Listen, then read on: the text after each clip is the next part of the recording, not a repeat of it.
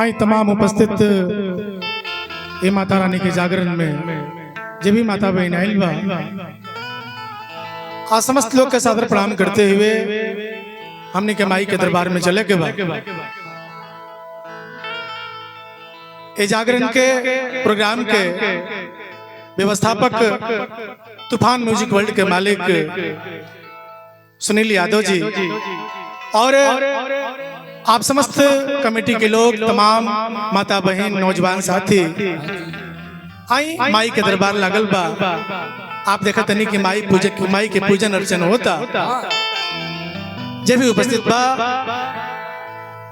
आई माई के दरबार में हाजिर लगावे के बा और ये कहे के बा कैसे और चरणन में सिरवा नवई बेकराब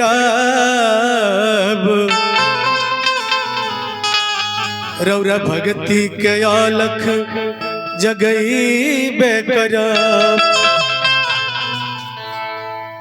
हो जबल तन में मोरा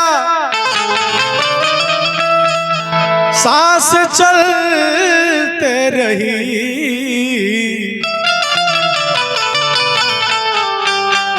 तबले माई के भजना सुनई बेकराब।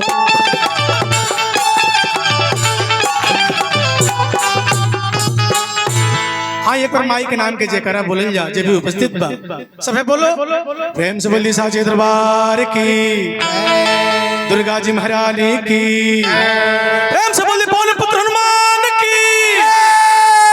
आई माई के पूजन अर्चन होता और भक्त लोग माई के भजन कौना प्रकार से गावता कहे के बकी से अरे उड़ता पाता का माई के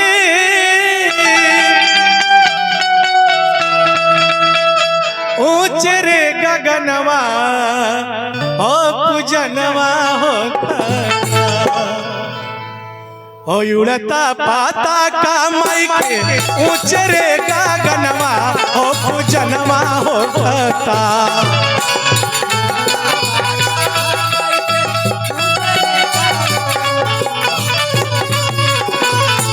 देव लोग बरसावे सुमनवा हो पूजनवा होता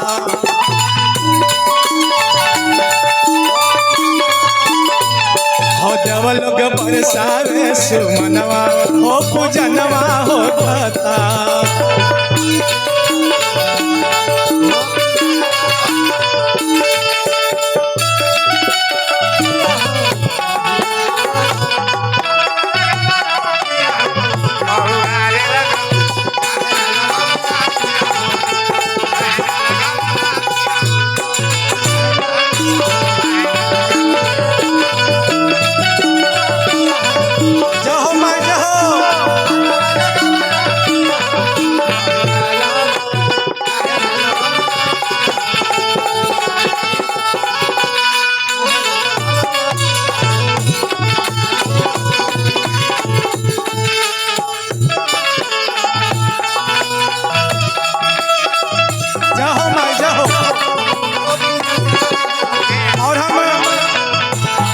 जागरण में उपस्थित जब भी माई बहन सब आइल बा आप जहाँ भी जगह मिला था तहाँ बैठी और ये माई के जागरण में ताली बजाई माई के भजन गाई और माई से अर्जी लगाई।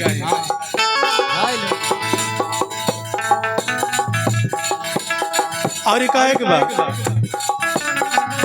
ब्रह्मा या विष्णु माई के संवरा डोलावे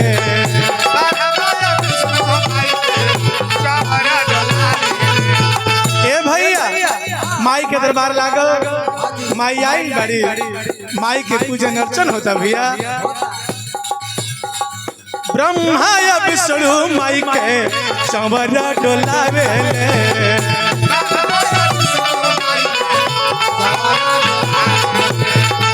नारद बाबा आके बीड़ा बजावे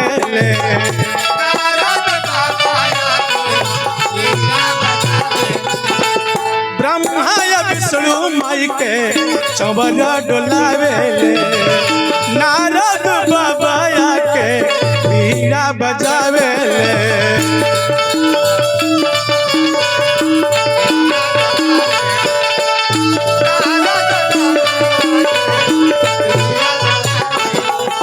और भैया माई के दरबार लागल, माई के झूला लागल बा।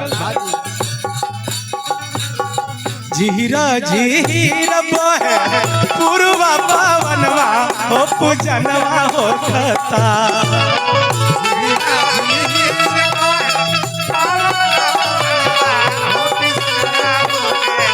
भैया माई के झूला लागल बा, सब माई के झूला झूलावता। जे भी माई बहन बैठल बा, आई नौजवान साथी लोग जे साइड में खड़ा बा, आप समस्त लोग से विनती प्रार्थना कि मीठी मीठी ताली बजावे के बा और ये माई के गुणगान गावे के भाई। झीरा झीरा बहे पुरवा पावनवा हो पूजनवा होता।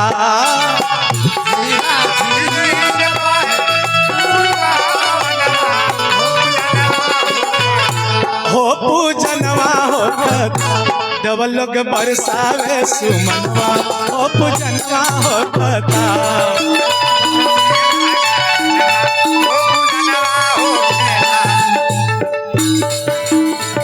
और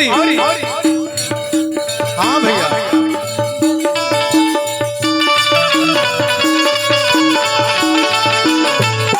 जहाँ माई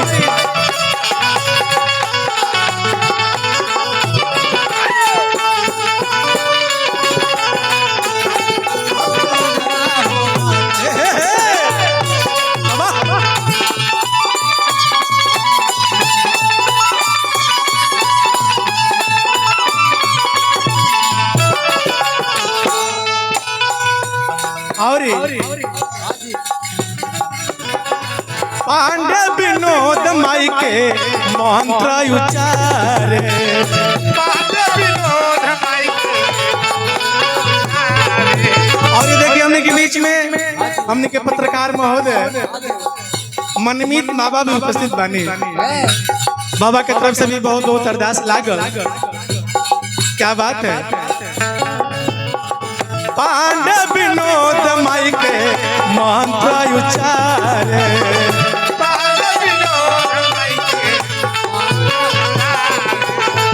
मनमीत बाबा माई के आरती उतारे।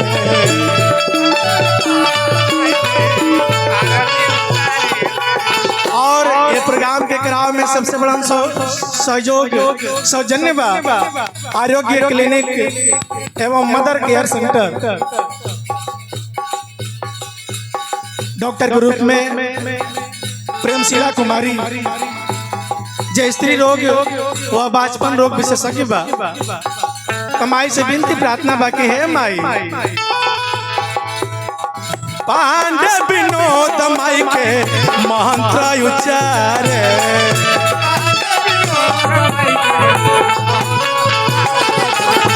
मनमीत बाबा माई के आरती उतारे।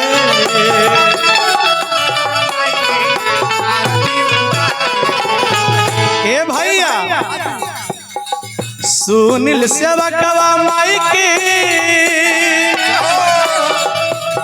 ए भैया मालियों प्रकाश माई के गावेले भजनवा हो पूजनवा होता।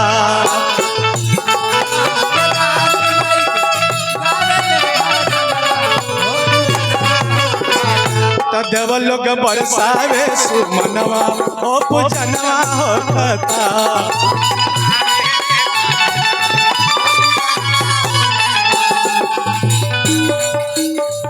उड़ता पाता का माई के, उड़ता पाता का माई के ऊंचे रे गगनवा हो पूजनवा होता।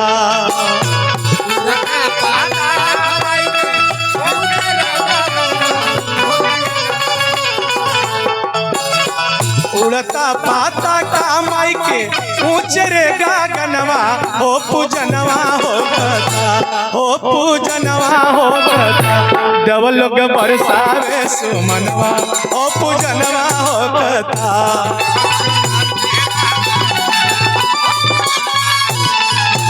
देव लोग बरसावे सुमनवा ओ पूजनवा होता था।